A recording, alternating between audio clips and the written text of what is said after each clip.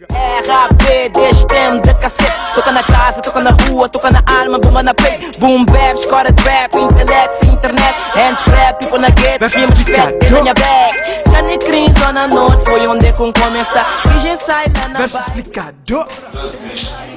Alô, eu sou Vicente Carlos, aqui no nosso programa Verso Explicado, programa feito pela Bora Production, de que gosto de explica versos que não basta fazer essas músicas.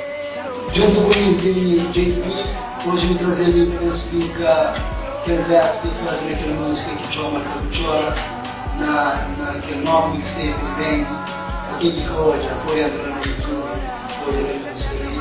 E JP, sei que me explica aquele verso na música. Aquele verso que eu choro assim, não começar assim, já. Da perigo que eu choro, mano, mais strong. Não aconselhava viver hoje que consegui esse bonde. Se passar não foi bom, porque me que recorda em momentos que marcou, que da puta chora. Então, eu morro assim. Olha para uma cama, se quer uma música ali. Me inspira nem a própria dor, já. Era no momento assim, se passava, eu cena assim.